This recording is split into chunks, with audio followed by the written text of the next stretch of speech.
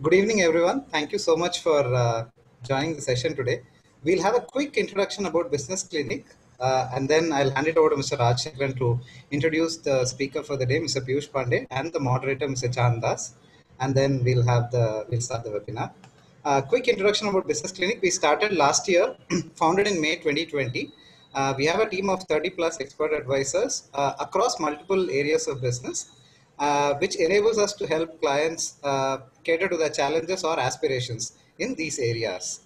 This is the founding team, Mr. V.M. Rajshekharan, whom you know and whom you see in this screen here, is former CEO of ITC's Matches and Agarbatti division, ex-MD of Wimco, is also a certified coach from Coaching Foundation of India and mentors many startups and entrepreneurs. That's me, Ramkumar in the center. Have around 20 years of experience, and I'm also a certified leadership coach from Coaching Foundation of India. The third founder is Anush, who is a hospitality professional as well as a branding, advertising, and marketing professional. He runs his own restaurant, which is quite popular in Chennai, called Meze. These are our offerings. So we've classified it into four buckets. The first one is plan. So we start by helping companies plan for growth. Then once they made the plan, then we help them align their leaders and the team to the plan. And then once that's done, whatever is needed in terms of learning, connecting to the field and getting insights, that's the third bucket of offerings called Connect.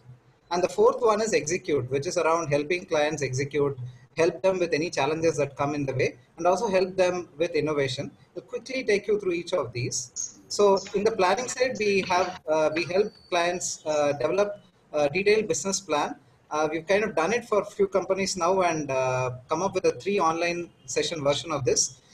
Basically doing external analysis, internal analysis, sustainable competitive advantage, SWOT, and then finally coming up with specific objective strategies and action plan for the next 1 year.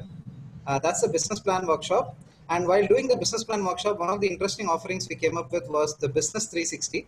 So most of us are familiar with the individual 360 degree that we get done in our companies, which gives us a 360-degree round view of what others perceive about ourselves, and we get to compare it with our own views. So the Business 360 similarly helps CEOs and leadership team of a business compare their own views of the business with perceptions of others, like key people in the company, stakeholders, external clients, etc. And they get insights on what are some of the strengths or areas of development that they feel they should work on. This is what are some things that others feel, and in the process, are they missing on something, etc. So this is an online survey followed by a debrief, and then we help them plan out the action plans after that. Once we're done with the planning, we come to alignment, where in leadership coaching, we do one-on-one team or business coaching and try and align individuals to the goals of the company. And then we also do specific leadership development programs. We either go in with 6 or 7 competencies that we have seen are really relevant for success today, or this is customizable by companies. So companies come to us and say that these are 6 or 7 competencies or abilities that we want to work on. Can you help train our leaders on that? So we do that. The third bucket of offerings, Connect, is around really connecting to the field we are working in and getting insights from that. So Expert Insights is again a 3-session program where we have experts come in and on any specific area of interest, cutting edge area of interest that is very relevant to growth. We have 3-session training programs, and in the final session, the participants get to present themselves based on the learnings as to how they are going to take and integrate the learnings going forward. We also have certification courses. Every month we run one certification program, again by an expert. This is an open program, and it's priced at a very low price point so that a lot of people can come and attend. It enables participants to learn from an expert in an area that's very relevant to them. And again, they get to hit the ground running once the program ends. The last bit is around the execution. So this is a consulting offering, very, very targeted, focused consulting offering, where clients say, okay, this is the challenge I have today. And often senior executives and CEOs feel a bit lonely when they face a certain challenge, because many times they don't know whom to go and ask. And even if they go and consult with a consulting company, then what happens usually is that it gets drawn into a long consulting engagement. So this is a very, very specific to our offering. So what we do is client comes to us with a challenge or an aspiration. We just get some clarifications. We identify an expert from our team to work. And then within a 2-hour call, we come up with very, very specific action points to basically get the solution or work towards the aspiration. we've done around 55 to 70 of these sessions. So this is the final offering in the execute thing, which is innovation on demand. Basically, we have 4 innovation experts with us who each have around 50 patents with them. So this is basically they help develop innovative solutions to any challenges that companies are facing. This is the team of experts, many of whom are there on the call, and our sincere gratitude and thanks to them. It's because of them that we are able to run these initiatives. And these are the different areas of business that we work with. Every month we also want to give back. So every month we have these knowledge sharing sessions, InfoX webinars with very noted, celebrated speaker. Last month we had Rajiv Menon. Before that we had Mr. C.K. Ranganathan of Kevin Care, and then Mr. Sridhar Vembu of Zoho. And today we are really looking forward to Mr. Piyush Pandey's session. End of this month, we are conducting a certification course on B2B marketing, the role of branding. This is a 3-session program by Mr. Ambi Parameshwaran, who's again very well known in the advertising and branding field. In case you are interested, you can either register at this link or contact us. Now over to Mr. Rajshekharan to introduce Mr. Piyush Pandey and Mr. Chandas and kickstart the webinar. Thank you, sir. Thank you very much, Ram. And I've been given the job of introducing Mr. Pandey. I don't think he requires any introduction at all. So thank you very much, sir, for joining us today. And it's really a pleasure to be with you. Mr. Pandey is the Chief Executive Officer worldwide for Ogilvy, and he took over the job as an Executive Chairman in 2004. He was awarded a Lifetime Achievement Award by the advertising agencies in 2010 and the Clio Lifetime Achievement Award in 2012. He's a recipient of the Padma Shri Award, and in 2016 he got the Lions Cinemax along with his brother Prasanth Pandey at Cannes. He published his first book, Pandemonium, as the #1 bestseller of his lifetime. And his creative agency has been ranked #1 for several years now. And he's known for his creative genius and the way. And he has also been a keen sportsman, and he's been responsible for setting up this great event called IPL and several other. So I think, with this, I can keep going on and on. So before this, I think, I thought I will just narrate a small story about my interaction with him and his team long ago. In 2004, I was given the ITC said that, why don't you guys launch Agarbatti?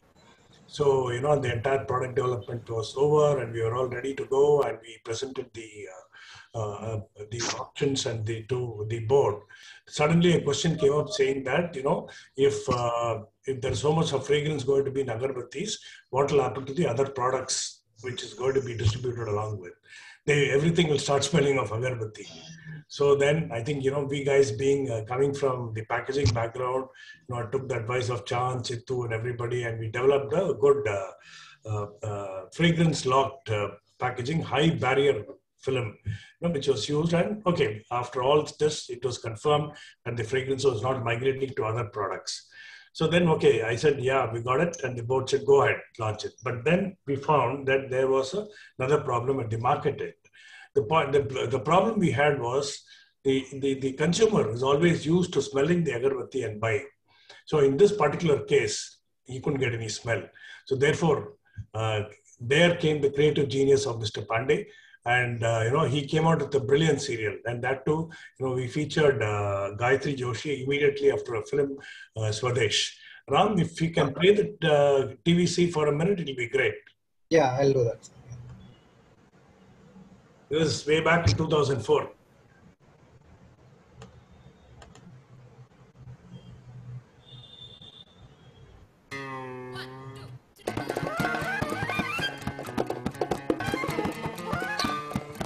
ताजे फूल, अनछुआ प्रसाद, पर आपकी अगरबत्ती प्रस्तुत है Mangaldeep अगरबत्तियां।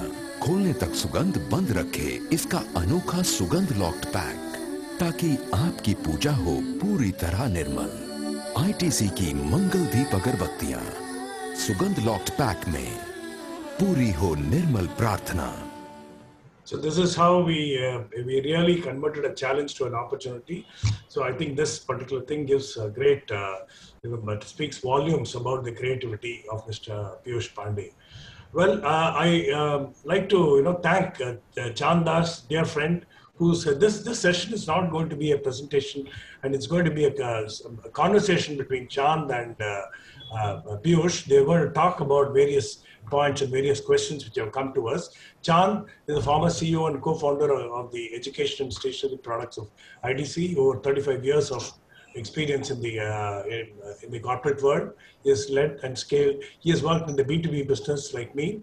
He has led marketing, sales, and product development. Yeah, today Classmate brand, what it is today, is because of he and his team. And he's had his MBA degree from IIM Bangalore and BTech from IIT Kanpur. Now with this, over to you, Chand. Thank you so much. Thank you, Raj. And it's really great to be here talking to somebody who's so well known. And as you say, really needs no great introduction. It's really an honor and a privilege for me, Piyush, to be speaking to someone like you. And I'm sure everybody on the call will benefit greatly from this conversation. So let me begin by sort of asking you a few questions, and we'd love you to respond as candidly as you can, and as you're known to be, from what I recall. So the first question really is that, can you share your perspective on the changing face of advertising from, the physical and electronic media to digital and social media? And what implications does it have for today's marketers? First of all, very good evening to all of you. Lovely to be on this webinar, just chatting with everyone who's so experienced and you have a lot of knowledge of your own. Coming back to this question, I think media is changing, but I think reporting is also changing quite a bit, particularly led from the West. Even if you look at it today, over 70% of your media is still the traditional media. And social media, the growth rates are high because the base is small. Now, you got to look at it as to what stage of your business you are in and what exactly are you seeking. And it is my belief, learning from number of big manufacturers and clients like yourselves, is that no matter what media is there, never leave your core. What is the core that you're offering? Never let go of that. Never be dismissive of new media opportunities, but never get carried away by them also. So a lot of results that I see from people, and it's almost like is as poor as children telling us, I got so many likes on my Facebook. It's like in the good old days, people telling us how many footfalls I got in my mall. We got so many footfalls, no shoes sold. What's the point? So we got to be very careful as to what are we seeking to do, who are we targeting, how should we go about it, and not ignore new things, but not get carried away. So that's my take on, and it will differ from business to business, from marketing strategies to marketing strategies. But I don't get mesmerized by things that are generally being talked about. A lot of things are said about TikTok and this and that. I mean, these are entertainment channels. I've never seen any exciting brands being built out of it. You happen to be a brand and you happen to run something on TikTok, okay, fine. Did you build your brand on it? I doubt it very much. So the core of what I'm responding to is to say that don't lose sight of new things, but don't get carried away with them. Interesting. I think, so as we go along in this conversation, there will be some more related questions, but let me move on to, let's say, a consumer brand, what we call a B2C brand. And today, for a B2C brand, whether it's in FMCG or even a mobile phone or a durable, what's the difference? I mean, what sort of media mix would you really advocate if one were to ask you that question? Okay, let me answer it my way. It will have to be a mix of things. It's, when you have a durable, chances are you will be more expensive than consumer goods that you buy on day-to-day basis. Chances are that you will have some extra information. I'm saying chances are because most of the time you don't. You're by and large a me too. So, in the process of buying a durable is very different from buying a day-to-day item. Like number of people come and tell me that unless I go on television, I won't be known. It's and say it's a car for that matter. So say this and this and this and this about me. I tell them it's a 30-second, 40-second medium. The job of this thing is not to give gyan about your Janapatri. It is to introduce yourself so that you are able to create curiosity that, aha, I want to know more. Because nobody saw a TV commercial or a print ad also and ran to the shop and bought a car the next day. There is a process. You will probably call up your best friends who are a little more savvy about you than cars. Like you might be a little more savvy than them on music systems. Yeah. We have our own circles. So we'll call them up and say, yeah, listen, I saw this car for this ad for this X thing. It looks exciting. Tell me a little more. He'll give you his experience, his knowledge. The next day, you'll probably go onto his website and see a little bit. In the good old days, we used to go to their showroom and see the catalog. Then you spoke to him for a while. Then you went back home. Then you thought for a while. The entire process of buying that car took you about 2 months. 1 month was taken by your wife to select the color of the car.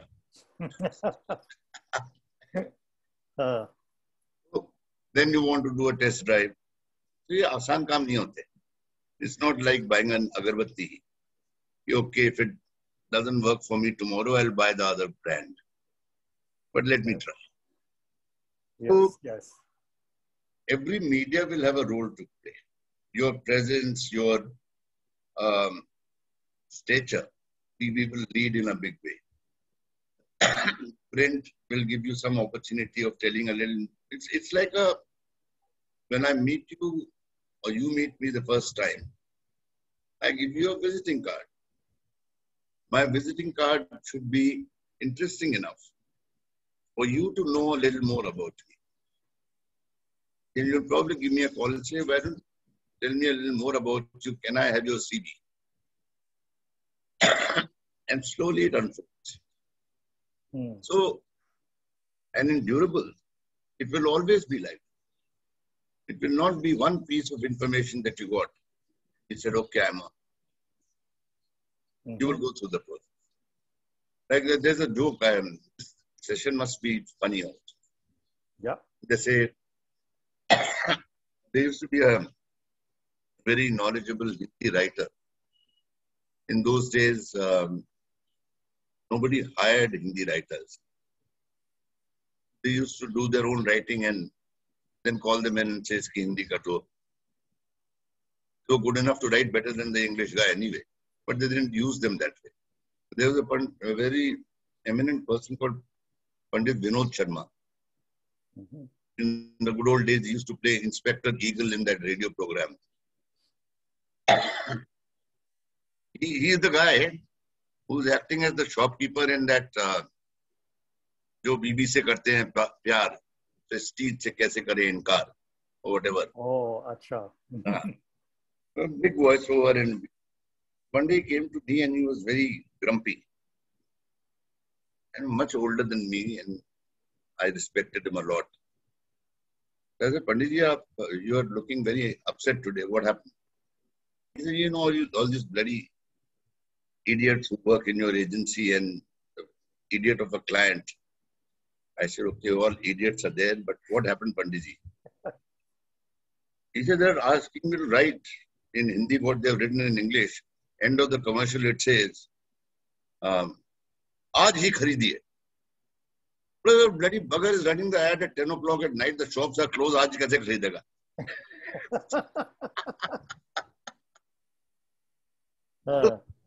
I think books are one thing.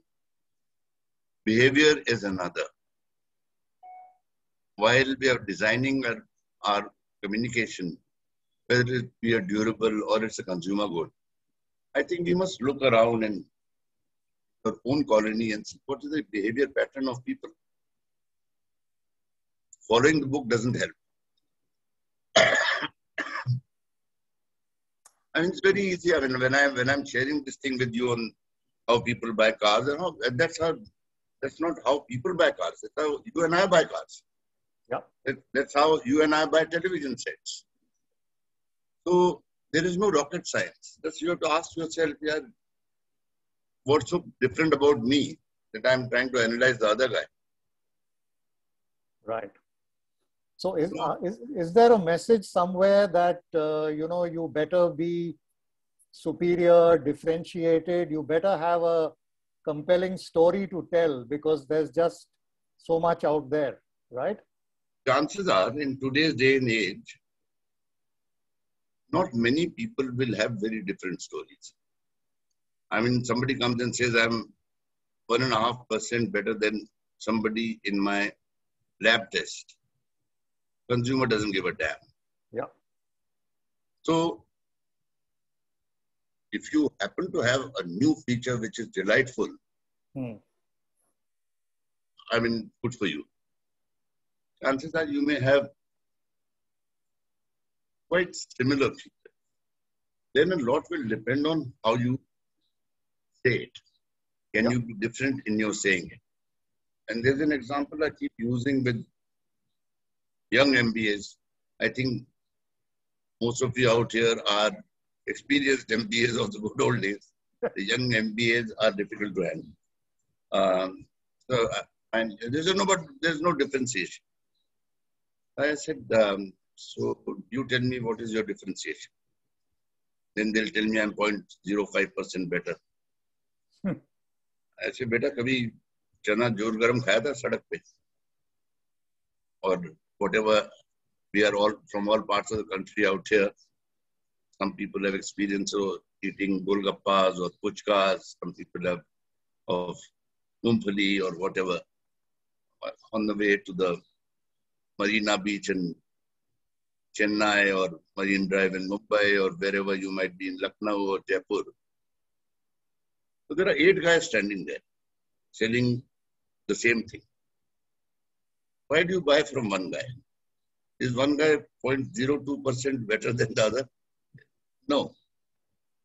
His behavior in talking, in serving, in building a relationship with you makes him the preferred choice for you from the 8 guys who are selling by and large the same thing. Right. I said to somebody once, I said, you're asking me to sell milk for you and you're asking me to differentiate. I said, if you had a blue milk, then I would not try to be creative. I'll say, okay, guys, for the first time, there's a blue milk, which is blue because of this, whatever it is. Then I won't try to be creative. But if you're not different, then you at least be able to say your things differently, that you're remembered, so that you build a relation slowly with the people. Right. Good. That's a great lesson, I think, for a lot of people watching you today.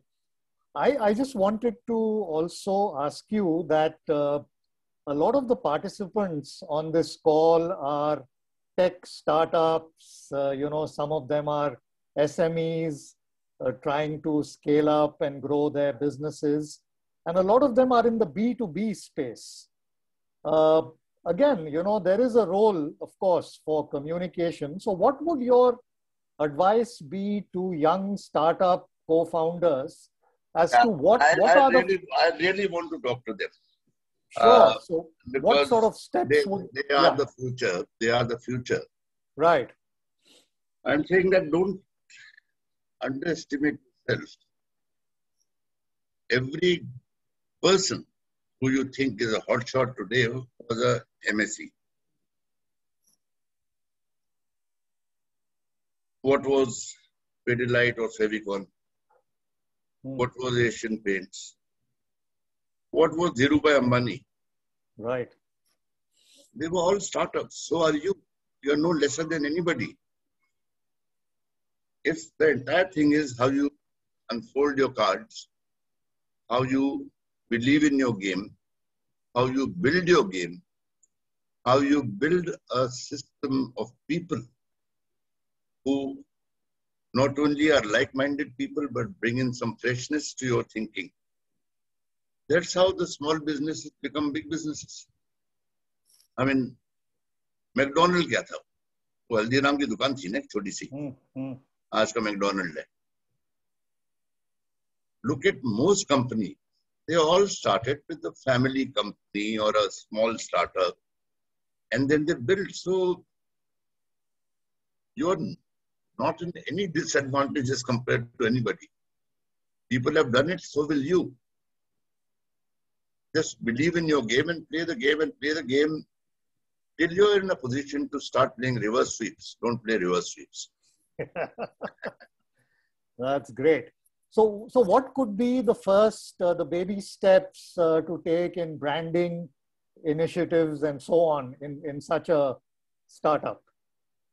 I think number one is definitely, no rocket science there. That try and make sure that what you're selling is really good. Good to the best of your ability. Without which, if you don't have a good product, how will you have a good brand? Yeah. And a brand has beliefs. Once you give it a name, then you have certain expectations which you must build towards. How will I make a smart young boy a personality? That's what brand building is all about. First, have a good product. I mean, no great big-time advertising guy, David Ogilvy or anybody, can sell a bad product twice. Can sell it once. After which, if you're caught on the wrong foot, then nobody's going to touch you. So the process to my mind would be to, whatever you're doing, whether it's a product or a service or whatever your area may be, try and do it well. And then try and populate it as per your dreams, your budgets, your availabilities. And always try and know your target audience to the best of their ability. I mean, it's not that we will always be able to get it 100% by doing, I'm shooting from point to 2. There are people who are sitting on the fence, can be converted. There are people who are not aware of you, might be potential. So I think there has to be a plan. Again, we're talking about startups. I'll tell you about the startup I remember the most. I was in college that time, and my hometown is Jaipur, and I was studying in Delhi. And 3-4 times a year in the vacation time, or whenever we used to go to Jaipur, come back. So traveling in those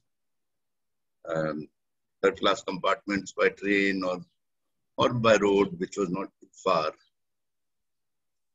For my together, there used to be wall paintings which only said, and hand painted by somebody. The most would have been that putai thing, may not have been paint also. But 10 times it said, rishte, rishte, rishte, rishte, rishte. I remember that. So you said, yeah, what the hell is this? Rishte, rishte, I must, and we used to wait. Then it used to start saying, ek baar mil to le, ek baar mil to le, ek baar mil to le. And you say, what the hell? Kisse milne yaar? He's telling me a story. I am getting involved and engaged. And then he'll say, Professor Arora, 27 Regarpura, Karol Bagh, Nai Delhi. He was a matchmaker. Became the biggest matchmaker of North India. What a story. I mean, he didn't have money. There was no TV. He didn't have money to run print advertising. But he was a damn good storyteller. Yes. So each one of you will have your way. Touch my curiosity by a great product. Touch my curiosity by an interesting message. Make me want to know a little more about you. Okay. Give me a good experience when I meet you or your spokesperson or your salesman. Make me the guy who goes to the bar and talks about you. There's nothing more to this. There's nothing more to this. Great, great. Okay, so moving on a little bit, Piyush, I'm going to ask you a question that I think a lot of advertising agencies probably grapple with.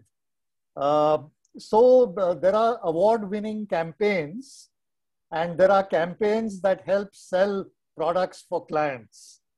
Now, what gives a creative person like you greater satisfaction and why? And can you share examples of both kinds? Yeah, first of all, I think there is a flaw in the question. Okay. Who says they should be different? That there are things that sell and then there are things that win awards. Yes. Then you're wasting your advertising money if that is the scenario. Advertising, I've always believed, lived and shared that we are commercial artists. We are not artists. Okay. If I was an artist, I would make a painting to my liking and put it in my house. But I am commissioned by somebody to do a job for him. And that job is not just to sell, it is to make it sellable over a period of time also. I have to build a brand and manage that he has the money or she has the money to be able to build a brand. For that, I have to sell. Yes. So both are not exclusive of each other. People ask me, today, Pidilite is a billion-dollar company. Right. Started B2B. A product that is not even like a paint, where somebody comes into your house and says, yeah, your room is looking so lovely. Nobody comes and sits on your chair and says, your chair is so strong. It's an invisible product. Right. It does its job and disappears. And yet today, I can go to Ratan Tata or go to a barber shop and I mentioned Fevicol and their faces light up. Yes. So lots of people ask me that you won so many awards on Fevicol. I said, you don't even know how many awards I've won. Because when I go to my Nai, my barber, the first thing he says, son, when are you making the next Fevicol ad? I said, that is a much bigger award for me than that I get on the stage. Super. Awards are in the streets. Awards are not just on the stage. I mean, when you go for a fight in an army battle, you don't go with the plan, if I shoot 20 of them, I'll get Paramveer Chakra. You're fighting a battle. You happen to get a Paramveer Chakra, be happy. Go have a drink that evening. And for those to believe that I sell and I don't advertise, they're also dumb as hell. Because then they're wasting their money. So they can't be mutually exclusive. It Yes. can't be, I played such a fantastic cover drive. Did your team win? No, team lost, but I played a lovely shot. That's not good enough. Ah, exactly. Okay, So- so you're and saying there is a strong correlation, and you're really there. There as has a- to be a correlation. Yes, yes. I mean, and this correlation is not discovered by you and me. When somebody wrote hundreds of years back, कि जंगल में मोर नाचा किसने देखा? If you're in the business of selling dancing peacocks, then you better make it known that you're selling dancing peacocks. Okay, great. So let's go on. I wanted to talk a little bit about growing environmental and social consciousness amongst citizens at large. And, you know, advertising, I'm sure, can bring about a lot of change in mindsets and so on. Can you share with us how this is done or sought to be done, and some examples maybe? Advertising and products are a part of our lives. It's the same as, why did certain companies make certain gardens and parks? Why did certain institutions start a school? So it's not new. Today, climate is new. Today, other issues are new. But to be a part of the society was always a part of being's existence. Some did it in their lifetime. Some people said, okay, now I'm very old. Let me make a mandir with my money. Yeah. Or let me do a well for this part of the area I live in. Or let me give money to the library of this small government school. So human being has that trait. The issues facing us are different. Brands can play a role, but an important thing out here, John, is that never ride on these things for a commercial purpose. If you ride on these things for a commercial purpose, you'll get a slap from the society. It's like this. However, if you can make the purpose believable, credible, and proper, it will help your brand. I'll give you an example. Dove, the soap. Yeah. Now, it's a big time soap. They sold on the basis of what the consumer experienced. It is now into saying it's not about looking great. It's about feeling great. It's about real beauty, the inner beauty. Now that's believable. Recently, I was in a meeting last week where Ogilvy's London office did some work. It blew my brains away. They did it in the middle of COVID with all the health workers, the police workers and all. Now, when they were health workers, when nurses and things, when they wear these PPE kits and all inside, and when they take things out, theirs are tighter than what you and I wear. When you take them off, there are marks. It's like जैसे चश्मे का mark लग जाता है. Similarly, the masks leave a impression. And there are a whole lot of these people with those flaws showing. And it just says, courage is beautiful. Mm. Now you're talking purpose, that gives me goosebumps. Right. So don't emotionally blackmail people into purpose. If you have a purpose, yes, brands must associate with purpose. Okay. But don't say कि अच्छा वो किसी के घर में आग लगी हुई है चलो जाके मूंगफली बेच देता हूँ. That doesn't work. Be very careful. We have a role to play. Either say, okay, this has got nothing to do with my selling. I'm doing a CSR. Now, brand purpose and CSR are two different issues. Corporate social responsibility need not be selling a brand. It is, I made such a lot of money, I'll start a school. I will bring up the girl child. But don't try and match the two. In your advertising, you can associate with a purpose wherever meaningful. Okay. Interesting. So this is that, the social cause related marketing, make it genuine and not... Yeah, but behave like a good citizen. Citizen. Okay. Yeah. Yeah.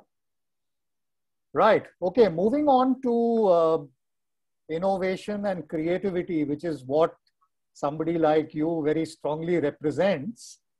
How do you build a culture of innovation and creativity at Ogilvy? And, therefore, what is your message to young advertising? Not my message. I think all of you in this webinar have experienced it. Yes. And in my belief, number one thing is remove one ingredient. Don't add one. Remove one called fear. Just knock it out saying. Otherwise, you will be into a herd mentality. X is doing this, so I must do this. Y is doing this, so I must do that. And some youngster says, but why can't we do it like this? And we say, you shut up, you don't know how it's done. And that's the mistake we make. If we sat down and said, okay, it could be a mistake. I'm not saying that every time it's right. But if we give it a thought to say, if I did it the other way around, maybe there's all the inventors, all the champions that history has seen. They said, why not? And if we can also say, somebody must have, let's take recent examples. When people launch Uber and B2Bs and all, and that B&B and all, they say, aisa bhi ho sakta hai. So I think innovation, the very simple understanding of innovation is that something that's not been done before. Correct. When something has not been done before, how can you hold him to what this is the way it is done?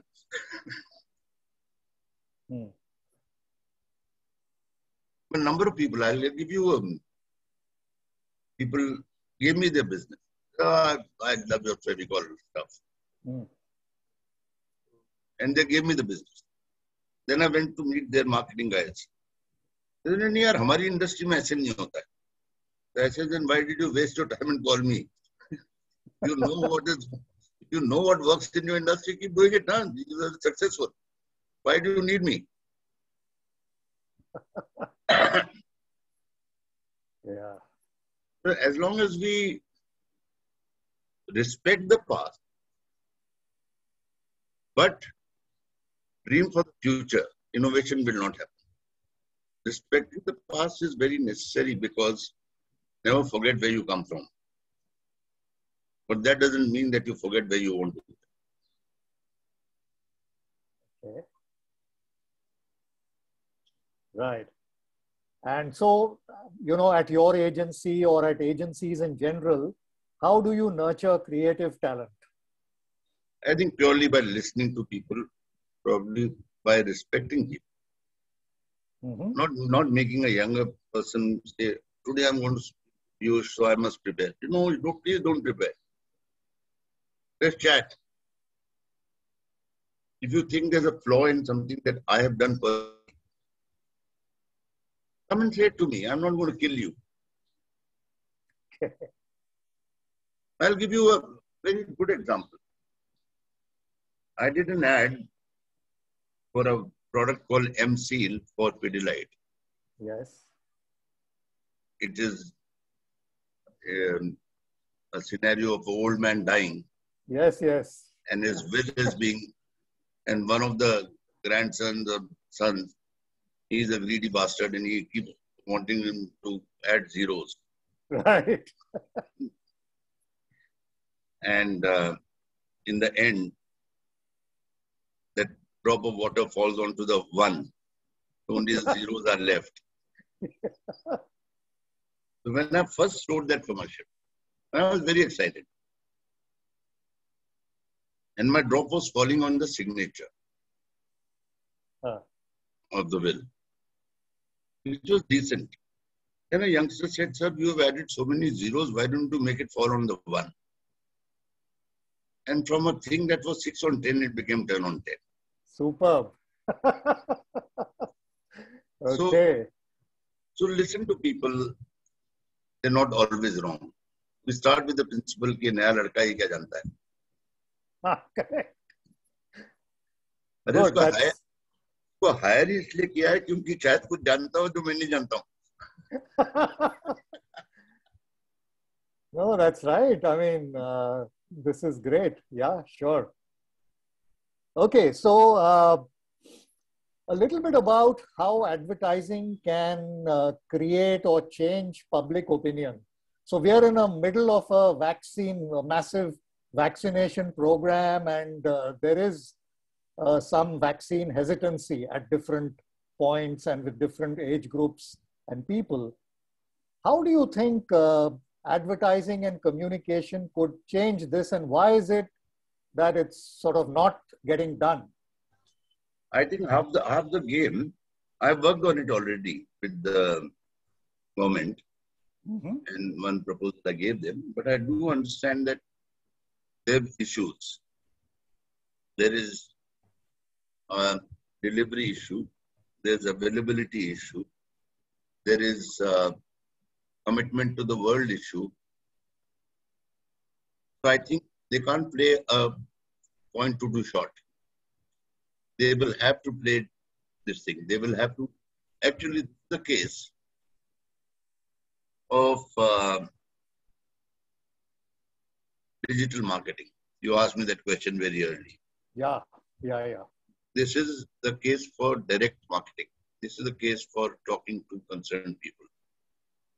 This is a case for health ministry to pick up a campaign to speak to health workers who are hesitant. This is a case for addressing communities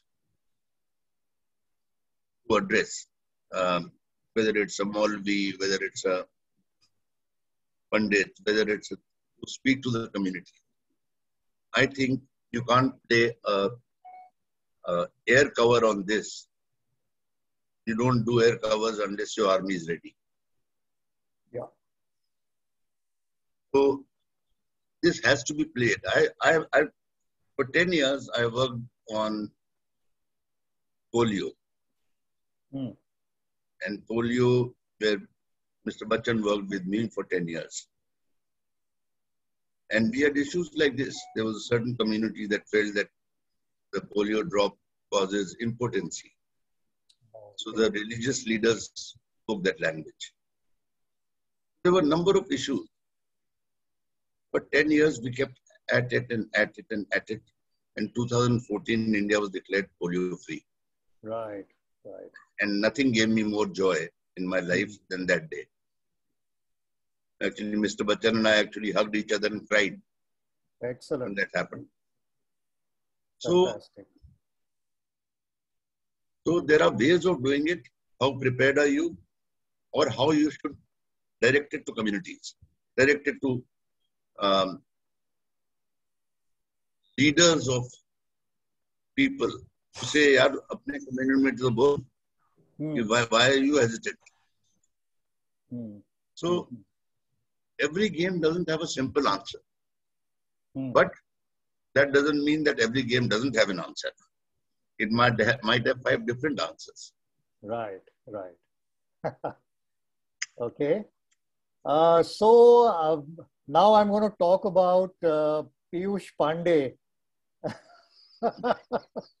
And can you talk about yourself beyond advertising? I don't know, politics, cricket, movies. So what does the future portend? What's the future of? Sorry? I said, what does the future portend for Piyush? I never thought of these things ever. Like in advertising, I have always believed that I get paid for a hobby. I love communicating. Somebody had a need for communication. Somebody gives me the opportunity for communicating. And that person also happens to be the guy who pays my salary. Right. And the same, I never thought in terms of designations when I joined. I never opened a promotion and an increment letter ever in my boss's office. Never. Not even till my last job as Worldwide Creative Director. He said, "Why don't you have a look at the spreadsheet?" I said, "No. You've seen it. You think it's fair? Must be fair." And I walked out. So, I haven't thought of tomorrow. I just want tomorrow to be nice and happy so that we can chat the way we are chatting. I love when you guys are not there. I love chatting with my driver. If I go to a barber shop, I love chatting with my barber. And I feel very blessed that all these things give me enough feedback so I don't have to use a research agency ever. Okay. Great. That's wonderful. So I'm now going to, open it up to the audience. There are a couple of questions perhaps on the chat box, and I'll request Ram Kumar to kind of read some of those out. And people on the call can also put their hands up and maybe unmute themselves and speak. Yeah. So Ram, back to you. Yeah, thank you, Mr. Chand. Thank you, Mr. Pandey. There's a question from Satya Prabhakar. Satya, would you like to unmute yourself and ask Mr. Pandey? Yeah, sure. Hello. Hi, Mr. Pandey. It's a great pleasure listening to you in live. Awesome. Thanks to Business Clinic for enabling it. I'm not properly dressed for the occasion, but hey, this is work from home, right? So I want to ask you one thing. If you look at the service we all use, which is called actually WhatsApp, and they have emerged as a global powerhouse of a brand without ever doing any advertising, branding in the typical way that we think of branding and advertising. Is this just a rare exception, or is there something more to this where something like a WhatsApp becomes the dominant brand for personal communication in over 70 countries without ever spending money on advertising? I think it's a lovely question. Can you hear me? Yeah. I partly answered it earlier. That once in a while you come out with a product that has huge relevance to people's lives. And you don't need to advertise. You say, "Yaar, WhatsApp mein main group mein dal dunga, I can speak to my family and I can chat with this one." It's like if a similar facility was there in trunk calls in our youth, I think there would be lines outside post office. So when you come out with a product which has such universal need, and I'll give you a very simple example after this, that you become famous without having to advertise. You need no competition because you have given me something that I didn't even dream of. You didn't need to. Like when Nirma came, a song did it, and no song did it. What did it was a very simple thing. Detergent powders, Surf was 18 rupees a kilo in those days. Some slightly lesser ones may have been 15 rupees a kilo. And there's a person who made one detergent powder which was 6 rupees a kilo. There were millions and millions of housewives who used to see Surf advertising but could not afford beyond a bar soap. At 6 rupees, it gave you the opportunity. First time I can use a powder, I can do it this way. But there will be times when people come out with things that can change our lives. People don't need to advertise. Probably those are the people who need to get into purpose, as we discussed earlier, Chand. That this serves the purpose of making people meet who you couldn't meet. You can do larger than life things on the need for society to congregate. When it's not possible easily, I gave you a way of congregating. That's a human good. There's a purpose. So, yes, when you have something so fantastic, you don't need to say how to use me. I know how to use you. What is good about me, I know what is good about you. Yeah, thank you, sir. There is a question from Mr. Shashank Munappa. Mr. Shashank, would you like to ask your question? Hello, Piyush sir. This is Shashank speaking. Hi, Shashank. So my question is, in this days of social media and everybody taking instant offense, is there a good way to make a good communication which, you know, everybody's happy with, or is it not possible at all? I mean, people might be talking about your brand in the chai dukans and the bars, but not in a good way. So how would you tackle that? You have to tackle your people. You have to tackle your people. Don't put so much pressure on them that they don't do the right thing. The market is such and the social media scenario is such that lots of people will do things which you don't like. That you can't avoid. But at least your home ground, you can control that none of your people do something stupid. Agreed. That can damage your brand. That makes people talk about. That's right. So I think self-regulation is so important. And corporate governance within your office is so important. That if you something which is not an approved thing between your organization, okay, then I'm sorry, then you have committed something which will be reprimanded or punished. You can't break the rules of the game that you all chose to be a part of. If you don't like it, don't be a part of it. No problem. I mean, people talk to me about why OTT platforms should be not disturbed. And today the scenario is such that 90% of TV households in the country are still single TV households. So it's not that you have 3 TVs and you go to one room and see one OTT program, which you are not in a position to see it with your family around.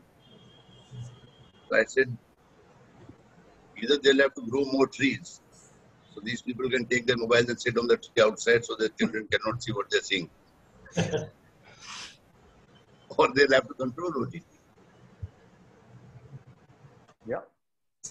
There is a question from Mr. Varindra Sevak. So, please go ahead. Whenever you take his name, I think that he'll come out and head us, sir. Sounds so much like Mr. Virendra Sehwag. He's one of our advisors. He often does that in the consultation sessions. So, Sir, my question is I would say, for me to know what to do. I've been working for 30 years in MNC where advertising is part of life. And now I've started to help for last 3 years an Indian company who's actually a global company in true sense, because it operates out of 68 countries, visa outsourcing, and also outsourcing with the governments in India and internationally, right? And I have been trying to tell him to build brand of his company as BLS International in India and international markets, to go to the, his people who matter, which are like the foreign ministries of each country and the ambassadors of each country. And I always find it extremely difficult to convince him to spend money on these issues. While this is very natural, I go to Nestle, I go and advertise Nescafe Gold, and you can build a brand. Even you can advertise in a very smaller way. But sometimes when it comes to spending upfront money, he's very happy to say, let's get this fellow for a drink or this thing and make a relationship and do it. But whenever it comes to say, okay, let's do an event to build brand, I find it extremely difficult. How to convince such people where there is a genuine need to build brands? I think in your case, it seems that brand building can be through what you just said, through events which are talking about the subject. It's like all of us are chatting right now. There could be people relevant to your business who are there, seminars. There could be TV shows that you sponsor which deal with such matters. So it doesn't have to be advertising me because I cannot be of any use to you, but get your target audience to start thinking of you as a brand. So you need to create an event, like ambassador won't come to have dinner with you, You need to event or forum or something that you own, where people say, if I want to know about this subject, I better be there. And think of it as an advertising cost. Right. It's basically I've been trying. It's a cost of branding. It's a cost of building relationships. And end of the day, when you sell a Nestle Gold, Nescafe Gold, you're building a relationship with the consumer. It's not that one bottle that you'll sell that day. It's to build a relationship so that they keep buying you all the time. Similarly, I think it's branding exercise which may not require normal TV advertising, but it requires something else for you to be seen as a point of contact when it comes to knowledge of this type. Okay, thank you. Let me keep trying. In my business also, sir, I also keep trying. And it's not that I succeed every day. There is a question from Mr. Arun. Mr. Arun, do you want to unmute yourself and ask? Yeah, sure. Good evening, sir. Hi. Nice chatting with you.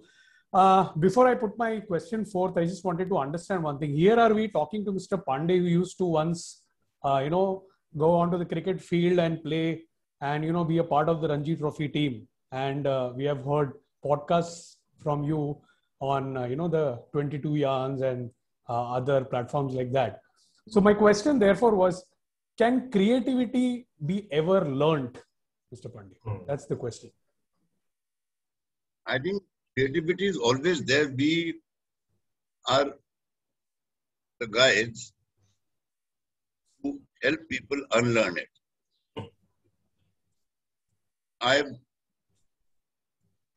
A child is curious. Child is not bothered. I've written a little piece about this in my book. That whenever in trouble, I look at children and I look at older people. A child, because it doesn't know and doesn't care, so he does and asks questions. As the child starts growing up, keeps hearing from his parents, "Arey nahi ye mat karo, to mama ji kya sochenge? Arey wo mat karo, padosi kya sochega?" And you are curbing creativity. Or else I go to very old people who really don't give a fuck. So they speak the truth.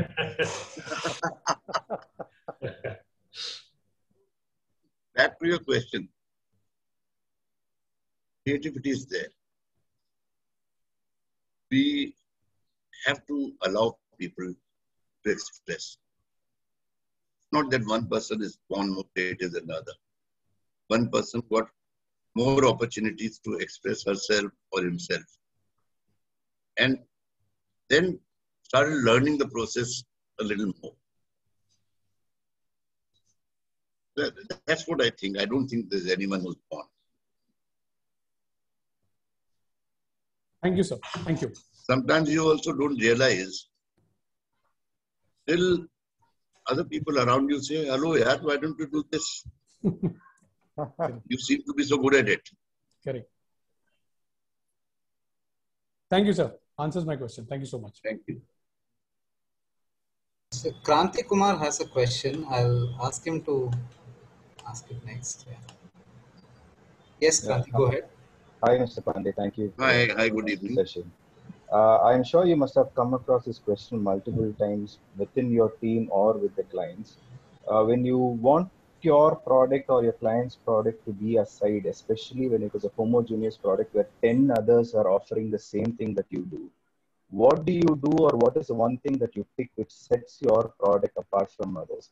If I'm in a space of online learning and there are 10, 15 other people are in the same space of online learning where you're promising the end consumer the same thing, which is a success, does storytelling come in help and help you set aside, or you talk about your product or whatnot? It can be the same for any product where there is a homogeneity in the market, where a lot of others are offering the same thing that exactly you are offering. Okay. So I'll try and simplify it for you. That the given that you've said is that what we deliver is the same. Right? Yeah. So, okay, we can't do anything about it. Maybe we can do something about how we deliver, where we deliver. Do you make it easy for somebody to get the same delivery? Do you make it faster for somebody? Do you make it more enjoyable for somebody? That's where, whenever there is parity, the difference can come through your personality. I mean, everyone makes the same samosas, as we said earlier. But one guy says, "Oh, sir ji, abhi ban gaye, 9 baje taiyar hain. Bande ko bhejta hu aapke ghar." Okay. Suddenly he has become preferable to you. Sort of people who do delivery service at home, who started it, they build the relationship first. I mean, all these things, I see it in Jaipur, I see it in Bombay. Nowadays, larger companies are doing it. But your chemist was used to say, "Yeah, sir, boliye na dawai kya hai? Main bhejta hu bande ko 2 minute mein." And you start using that chemist more often. Now, when the second guy starts the same service, you've already built a relationship with the first guy. So, I think nowhere is there any rocket science. Sometimes the WhatsApps will happen. Sometimes the Apple will happen. But most of the time, either you try and create a product which is so unique, or you build a relationship with, or a service, or whatever. Got it. Something should be about you that I get you with different eyes.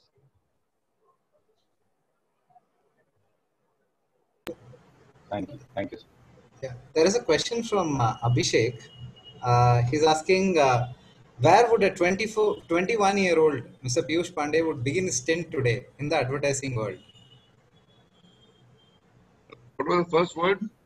Saying, where will a 21-year-old yourself would begin his stint today in the advertising world?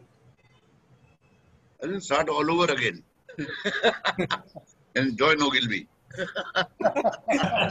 Sir, one of the questions we got from many participants when they registered was like at least 6 people asked this. How come you were able to stay in the same company from day one till now? That's on the minds of a lot of people, maybe. So. Yeah, I think it's an interesting question. It's going to be 39 years for me. One is that the company kept shifting me around in my role. Give you the right example. I joined the company as a client servicing trainee. And then somebody noticed that I was helping other people write their copy. So they said, why don't you come into the creative department? So I joined the creative department. I was able to get the people of India liked, clients succeeded on those. So I became creative director of Mumbai. So then one day my boss said that you almost are like the leader of this place. Why don't you become the head of Mumbai also? I said, but I don't want to do numbers and all. He said, no, there are people to do numbers. There's even leaders. Why don't you do this? So things kept happening. I never felt the need. I've always, this I've written in the book also. Why do people change jobs? One is that the job is boring. For me, it was not boring. I was enjoying it. Two is people get a better package. I never bothered about the package, so it didn't bother me.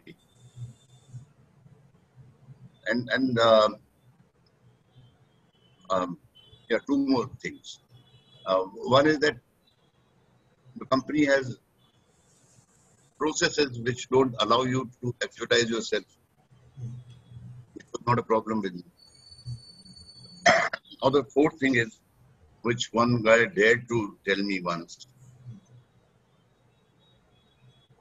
One guy came from Asia Pacific, from a different company, met me at Land's End Hotel and said, you know, we'll put your name on the board. It is almost like starting Piyush and whatever their international company was. I said, you drove down to Land's End from the airport? Yeah. I said, when you're driving back, look at all the billboards there. You won't see it, but my name is written on all of them. I don't need it on the door.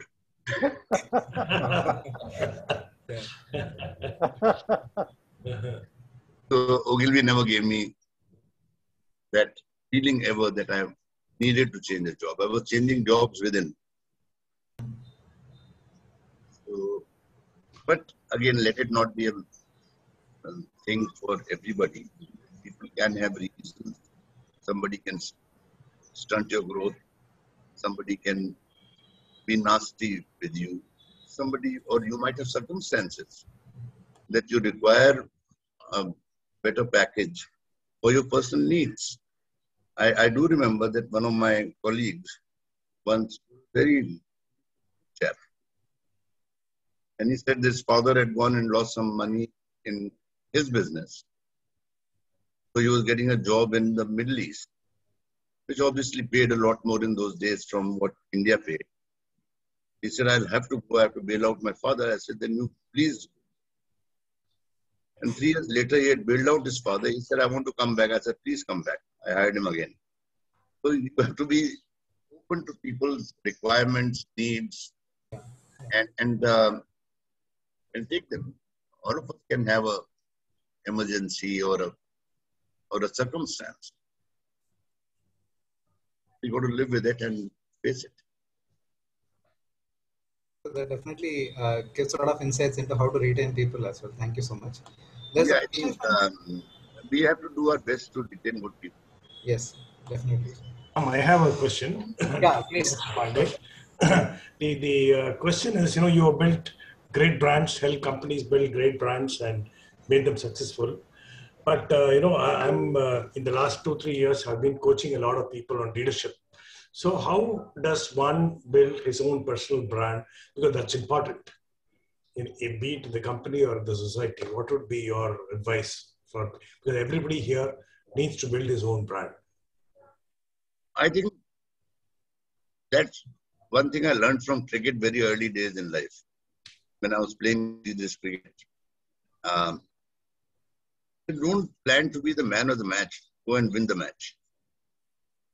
So anyone who thinks of making a personal brand, probably making a mistake.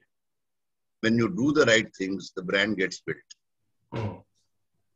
Okay. When you design it for it to be a personal brand, then you'll probably be hurting your team. Somewhere there'll be a conflict of interest. And number one thing is the team must win. There are very few teams in the world where the losing team has won the man of the match. Winning team ka hi banta hai, zyadatar. Right, yeah. Win the match. And when you perform well enough and your team performs well enough, people will want to see you in the match. And that's your personality. You don't have to win the brand. Brand gets built. So your point is get the team to perform better so that the leader. And you perform fully, because if you don't play well in the team and you are not selected in the team, then you can't be the captain of the team unless you're good enough to play for the team. And then, again, this is a very good one that you asked. And something that my colleague Madhukar Sabnavis, who's the thought leader of Ogilvy and vice chairman, he once was helping me with a session like this. And it's a beautiful thing that I use very often. The products are made in factories. Brands are made in the hearts of the people. Yeah. Similarly, if you're a good product in your cricket team, and the world and its mother wants to see you there, then your brand is being built without your trying to tell yourself, I have to build a brand.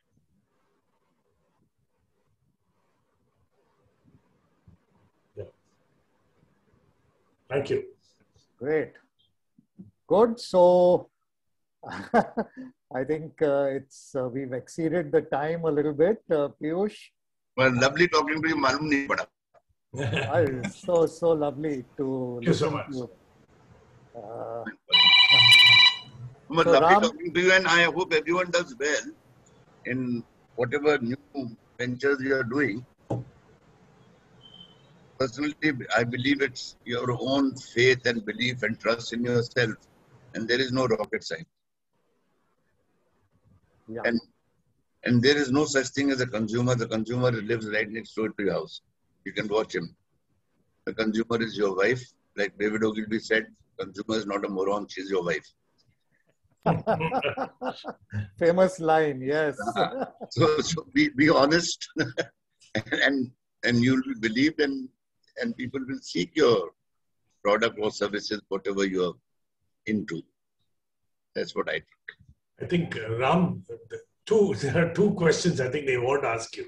If you don't mind, sir, 2 questions, is it all right? Please. Yeah, so there's a question from Uma. She's asking, how do you balance family life and career? Can you give us some pointers and examples? Yeah. And you just bowled a full toss to me. I'm balancing my family life and my work life right now. I'm sitting in my brother's house and using this Zoom call. So there was too much of noise in my surroundings in my own apartment. I came to my brother's house. So I think there's so much to learn from our families, whether small or large. Mine happens to be large. When my parents were alive and 2 of my sisters who we lost, when they were alive, we were 11 of us. 7 girls, 2 boys, and parents. Joke used to be, who wants to play a cricket match in the mohalla? We got 11. Where's yours? So, so there are, every member of the family has something to learn from. So there is always a work-life balance. I mean, your wives will today thank me that I'm telling you guys that be nice to your wives to learn from them. There is a question from Mr. Padma Kumar. Mr. Padma Kumar, would you like to? Sure. Thank you. Thank you, Ram. So, sir, I've been an admirer of our Indian advertising industry for quite some time now. My question to you is, in my impression, the industry has been excellent in terms of self-regulation. I just wanted to hear your views as well. Do you think we, as compared to certain of the other counterparts overseas, we've been really remarkable at self-regulating ourselves? I think I won't even compare ourselves to others because each country has its own behavior pattern, its way of life. Like a country like France, I mean, when seen around, their dressing is very different from ours. So they can do a lot of shows and advertising, which people find appalling because our society is different. So I won't compare. I think, are we well regulated as per our social norms? I think we are. But I won't say that they are not because they're, I mean, British sense of humor is very different from ours. Now I'm not going into regulation. I'm going into how people's lifestyles are different. Connect to your point that we will find our large part of our population will find the British humor very dry, and a lot of British people will find our stuff very loud. But we are loud people. We are loud in our emotions. We cry, we laugh, we are noisy. They think that they speak very little and crack a very dry joke. They're bloody funny. They are to their people. They are not to us. And vice versa. I think all societies are different. Are we well regulated? The answer is yes, by and large. There will be problems, but then those are tackled. Yeah. So last question, probably one last question from Mr. Sanjeev. Mr. Sanjeev, would you like to go ahead and ask? Yeah, sir. In one of in one of the TED talk, I heard that you told that whenever you build an ad, you tend to use or catch all the Navaratnas. Okay, so my question is, do you really grab in order to grab the attention of an individual, do you always think about grabbing all the Navarasas, or it could be anything? Okay, I got the question. Navarasas are literature, our culture, our everything. You can't grab all rasas in a 30-second ad. Right. Like, otherwise it will be like mixing and sometimes you get away with it. Comedy and tragedy and horror and war all into one film. Right. It doesn't really happen. But so what is that you basically grab? What is the best thing or first thing that you think? All depends on what the product is. Okay. What is the story I have in my mind? Okay. Do I want to make you feel sentimental about something that I know you get sentimental about? Do I want you to laugh at a thing? It all depends on what your product is, what your story is. You don't decide the rasa before the story. So you mean, it all depends on the product basically that you're planning to sell. The product and the message and the consumer need, all those things combined. What is the stage of the consumer? Okay. And it do differ, from say ad to ad. Of course they differ. Okay. They differ from, like, if you're selling edible oil for over 40s, regarding cholesterol or heart maintenance, your content will be very different from selling a center shock, which is for fun. It all depends on what is the problem that you're trying to address and what is the product and where does it sit in people's minds and hearts. So with your permission, one last question from Uma. Yeah. Uma, you want to ask your question? Yes, please. Yeah, you are unmuted. Yeah. How do you learn to control your temper, your anxiety, and your fears of failure? Because often people have got so much of fear. They are so much anxious that we are not able to think straight. And so much of things are happening in the world. So we get bogged down easily. So how do you keep yourself pepped up always? I think we have to help each other. You know, there might be times when I'm down and I need a friend like yourself sitting next to me and saying, what are you worried about? Similarly, I might have to do this to Chand. I think that's where families and friends chip in. All of us are human beings. We will have our tough days. We will have our good days. And to recognize that and help each other or help yourself, it's a combination. Temper, I don't have a bad one. My wife may not agree with that, but that's okay.